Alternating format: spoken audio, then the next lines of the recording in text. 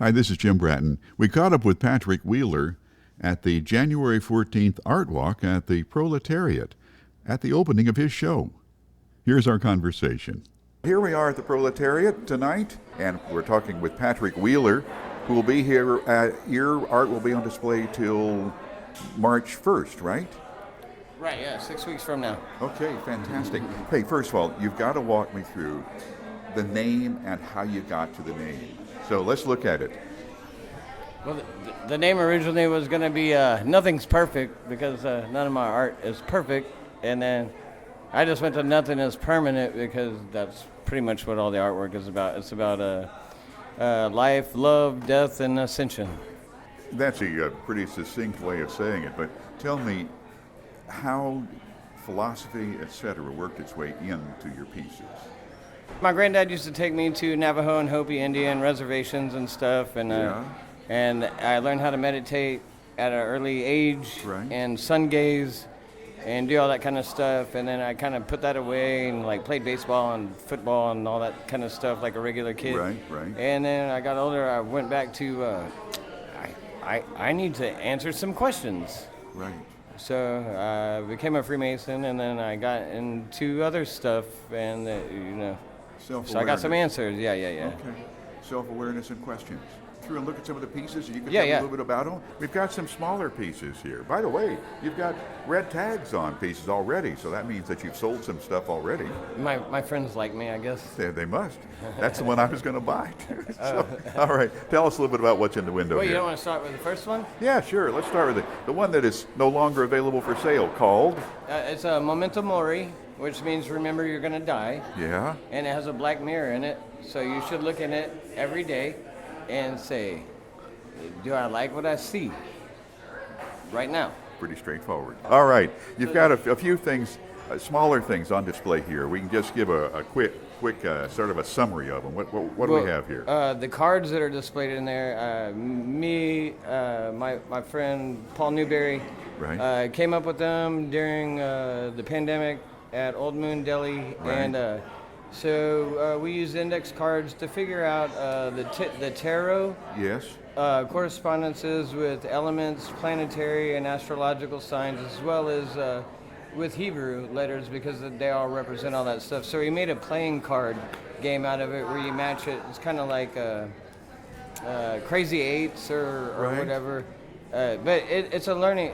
It's like, so I've been in the Golden Dawn, the Hermetic Order of the Golden Dawn, for 10 years.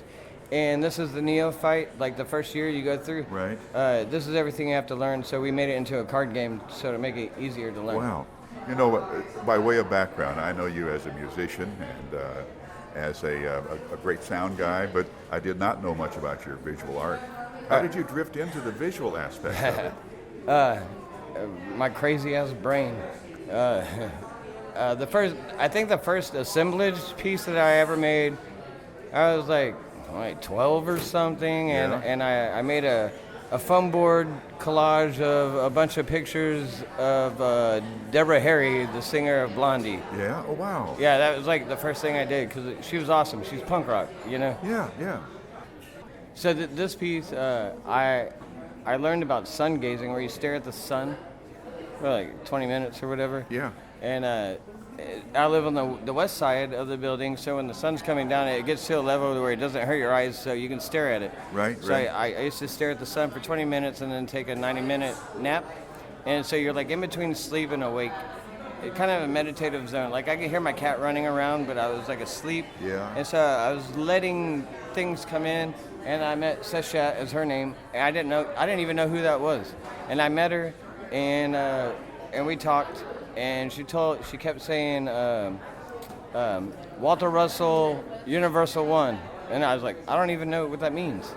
And so like when I woke up or whatever, I Googled it. Walter Russell wrote a book called Universal One, and it's explaining God's consciousness and everything. But she kept telling me about the sex principle, and then I looked it up, and it's completely opposite of what everybody thinks. And then I looked her up after I figured out who she was, and she wrote Coffin Text 10 and the Book of the Dead are going forth by day, the Egyptian Book of the Dead. And Coffin Text 10 explains that she opens up the gates of heaven to you. And that was during a series of meditations of Yeah, light yeah, and yeah, and I had no idea who she was. bright and rest meditation. She just came and hung out with me, and I was like, Wow. "Who's that?" And then I Wow. started looking around. Well, let's wander over to the other side. Yeah. See, I know. coming to the other wall. Tell us Okay. about this piece. This is got a lot of dimensionality to it. Yeah. I mean, that was. It took a little while. It's there's a hawk in the alleyway. And what is this called? And this is called. Oh, life and light. Okay. Because so it has the Hebrew letters for life, Chai, Right. and EIO is light. It's represented on that one over too. Right, LVX, right. same thing. But so there's a hawk in the alleyway, and it kills birds. It just like takes off their heads and eats the chest piece. And I'm like, well, I want the wings. So I grabbed the wings and stretch them out, put them on pins, and put salt and alum on it to dry it out. It's another thing I learned from going to the Indian reservations and stuff, how to skin a deer and like dry a hide and all that stuff. So this is a limited piece of taxidermy. Yeah. Want to get on the air. So Okay. That's one. Alrighty, this one is called. Starry Eyes. My friend Michael Mandino gave me a box of those, Starfish? sand dollars. Sand dollars, rather? Yeah, and I had a starfish, and some. This is just a put together. This is probably like the least meaningful piece here, but everybody loves it the most. Well, that's okay. So maybe there was one of those I conversations. didn't have any meaning in it. All I was doing was just hanging out and just, taping off stuff and painting stuff and just doing what my brain does. Well, it did okay on that one. Yeah, I can see. Good three-dimensional piece here. Tell me. It's a decagram. So it's 10 points on the moon. So And Yeah, sold, there you and go. sold as well. That's great to be able to have pieces. No, I didn't buy that. Somebody else bought it before I did. By the way, in the background, there's Becky Major, who's the director here. So, alrighty. Okay, so this one is in Egyptian, not Egyptian Arabic, but in Egyptian. It means going towards the gods and goddesses. It's like an ascension thing. It's like what you're trying to do. Okay. Wow, another straightforward. Now, this one is a Well, it's a monumental size. It's sun disk. This is raw. It was like the one, the all. Yeah, yeah, like everything, whatever. So this one and Sachet, me and Elizabeth Punches worked on together. So this around the edges is all like it's wax. It's Wow. not even paint. Wow. That's all wax too. That's where the Oh, that's where you get to stuff see comes from. Yeah. there's a texture Yeah. to it. Wow. So that's where that came from. And same on the back of Sachet, there's another Yeah. face on it. Is our practice one. You know, you're so forthright about your art, and you're so unpretentious about it. But a lot of it's got a pretty heavy-duty depth to it. So, But I mean, it's just a meditation kind of for me. Like, I don't even care if it sells.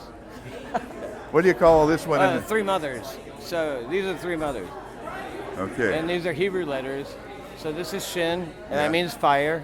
Well, I mean, it carries the weight of S and SH. Okay. But the element that it represents is fire. This is Aleph, and that represents air. And this is Mem, and that represents water. Those are the three elements that create Earth. Wow. So, three mothers. And this is just a 3D hieroglyphic for life. That's all it is. It's pretty. For you summarizing it so simplistically, it's a pretty complicated piece. And the thought itself is complicated. I mean, anyway. Yeah. Moving on. So this is where all the Navajo and Hopi Indian stuff. This is the Kachina doll, Tawa. It represents the sun god. Right. But it's just the face. Normally the doll has a body and everything, and it has in a dancing position or whatever. But I just did the face, and I did it crying blue because, The feathers. Oh yeah, it was turkey and pheasant feathers. But that's how it really looks, like on a Kachina doll. Oh, really? Yeah. Wow. And the final piece, as we get close to the doors. So this is the heart chakra, and I put it's green and yellow, but I put green over red because it's a flashing color. And so there's red is the fire element, and then green is love, like Venus and stuff like that. So it's powerful love. It really is. You have done such a great job of summarizing this, Patrick. Thanks. We're talking to Patrick Wheeler, and his art will be at the Proletariat Gallery all the way through March 1st, the end of this art walk sequence. Anything that you'd like to say to folks who might be considering exploring their mind in terms of art and how you could encourage them to do that? You've obviously done that. So. Work on one piece at a time. Just make it your meditation. Just like one piece at a time. Make it part of your day, 10 minutes or whatever until you get perfect, or however you want it. But it's like the Philosopher's Stone. It's something you're building, Right. and you feel better after you finish something. Right. It's like making your bed in the morning. Yeah, sort of like that. It's been a pleasure chatting with you, Patrick. Thank you. Thanks for your time. Yeah. That was a conversation with Patrick Wheeler at the January 14th opening of his exhibition at the Proletariat. His work will be on exhibit until March 1st. Patrick is also available for commissions. This has been Jim Bratton.